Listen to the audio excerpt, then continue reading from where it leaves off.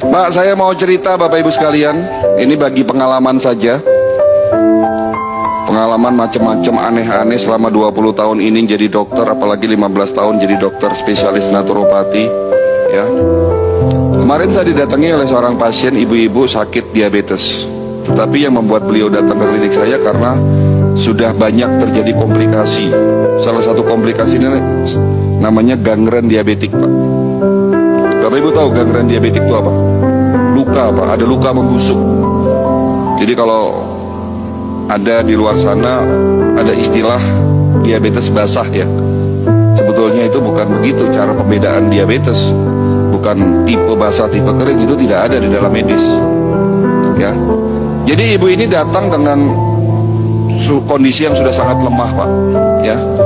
Tubuhnya lemah, pakai kursi roda, kaki sebelah kanannya membusuk. Jadi waktu datang ke klinik saya itu jari kakinya sudah mulai copot satu-satu. Telapak kakinya bolong, membusuk, jarak 3 meter sudah tercium aroma tidak sedap. Datang di depan meja saya nangis-nangis. Dok, saya sudah pasrah. Sebentar lagi kaki saya mau diamputasi. Tapi terakhir saya minta tolong sama dokter. Apakah ada cara supaya kaki saya sembuh tanpa harus diamputasi?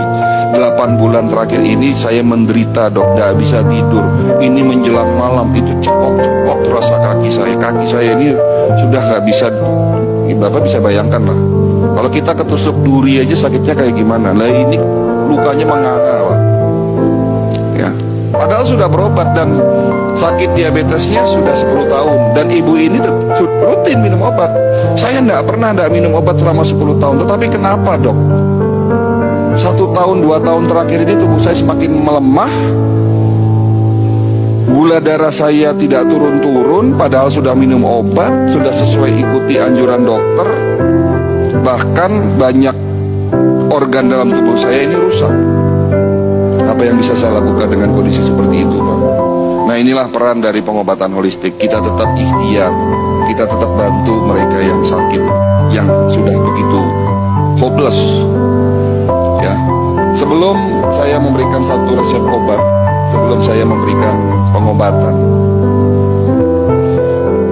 prosedur protap di klinik kami, kita harus melakukan medical check up. Tetapi berbeda dengan medical check up yang ada di rumah sakit, Bapak Ibu sekalian. Medical check up di klinik kami dengan konsep holistik, dengan alat-alat yang ada di dalam bidang kedokteran holistik. Alat ini saya temukan waktu kami masih belajar di Beijing. Nama alatnya Human Resonance Magnetic Analyzer. Sebuah alat untuk memeriksa fungsi organ lewat gelombang energi. Alat ini saya bilang cukup canggih, Pak, ya. Hanya 10 menit dapat mendeteksi 250 parameter pemeriksaan. Itu kalau di print semua 30 lembar, Pak. Dari ujung kepala sampai ujung kaki. Dengan alat ini saya melakukan pemeriksaan kepada ibu tadi, dan hasilnya jantungnya membengkak, pankreasnya rusak, fungsi ginjalnya tinggal 40%, banyak pembuluh darah yang tersumbat, radikal bebasnya sangat tinggi. Jadi salah satu kelebihan dari alat ini mampu mendeteksi adanya radikal bebas, ya. Dan ini semua terjadi akibat apa? Akibat gaya hidup beliau yang salah. Apa itu? Ada 3 yang saya simpulkan salah. Pertama, beliau suka tidur larut malam. Mereka yang kebiasaan tidur di atas jam 11 malam, tubuhnya akan lemah. Kenapa? Karena jam 11 sampai dengan jam 1 malam, di saat kita tidur pulas, ada bagian tubuh, ada organ tubuh yang namanya liver, hati, itu melakukan bersih-bersih, Pak. Detox istilahnya. Liver memiliki 500 fungsi, 500 fungsi, Pak. Jadi organ yang paling berat kerjanya adalah liver, Pak. Kalau jantung 1 fungsi, Pak, mompa darah, selesai. Ginjal punya 2 fungsi, tetapi liver memiliki 500 fungsi. Dari salah satu fungsi itu ada yang namanya fungsi detoksifikasi. Apa itu? Membersihkan tubuh kita dari sisa-sisa metabolisme yang bisa berpotensi terjadinya oksidasi dan terbentuk radikal bebas. Kapan waktunya liver bersih-bersih? Jam 11 sampai dengan jam 1 malam di saat tidur pulas. Nah, kalau bapak ibu pada jam itu tidak tidur, apa yang terjadi? Liver tidak bisa melakukan tugasnya bersih-bersih, pada akhirnya metabolismenya terganggu.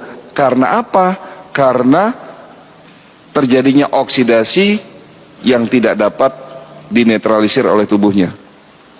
Jadi karena gaya hidupnya ini salah, sering tidur larut malam, ya lama-lama radikal bebas terbentuk. Gaya hidup kedua yang beliau akui salah, beliau suka makan malam. Nah, mereka yang kebiasaan makan kurang dari 4 jam sebelum tidur malam, apapun yang dimakan akan banyak menjadi sampah di dalam usus besarnya. Jika sampah terlalu banyak di dalam usus besar kita, berpotensi terjadinya oksidasi. Cerita oksidasi lagi. Dan jika oksidasi ini tidak diimbangi dengan antioksidan dan tidak dapat dinetralisir oleh tubuhnya, terbentuk yang namanya radikal bebas. Kan begitu ceritanya. Jadi mudaratnya lebih banyak daripada manfaatnya makan malam itu. Jadi kalau ditanya, dok, kalau sekali-sekali kita hajatan boleh nggak makan malam? Ya boleh, nama juga sekali-sekali. Tapi kalau ini dijadikan kebiasaan setiap hari makan malam, ini jadi masalah. Jadi itu gaya hidup kedua yang beliau akui salah. Yang ketiga, beliau tidak suka minum air putih. Apa yang salah dengan tidak minum air putih? Hati-hati, Pak. Bangun tidur, kita harus minum 1 gelas air putih. Setelah sholat subuh, minum segelas air putih. Karena air putih sebagai pembilas, penetralisir sampah di dalam tubuh kita. Jadi kesimpulan yang bisa kita dapatkan apa di sini? Tidak ada satupun penyakit bisa sembuh jika Bapak hanya mengandalkan obat. Karena sesungguhnya kita sakit akibat gaya hidup kita yang salah. Berarti langkah pertama, step pertama sebelum tanya obat, sebelum Bapak minum obat, ya rubah dulu gaya hidup yang salah.